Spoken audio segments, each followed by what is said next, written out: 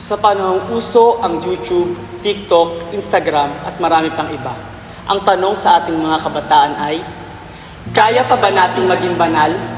Tayong mga kabataan, lalo na bilang JMY, ay may malaking tungkulin na gamitin ang teknolohiya ng tama. Kami, sa Joseph Marelo Youth ng Padre Garcia ay nagsusulong ng advokasiyang matularan ang mga halimbawa ni Blessed Carlo Acutis na maging good steward of technology. Dahil posible, kaya nating palaganapin ang salita ng Diyos at maging mabuting halimbawa sa iba sa mga makabagong paraan.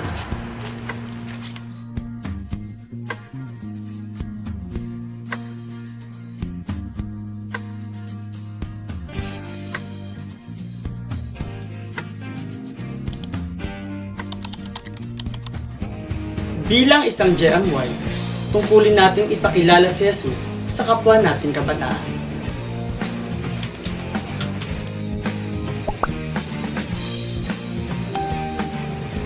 Sa pamamagitan ng pag-share ng mga ginintoang butil ni Marelo at sa mga gawaing pangsimbahan,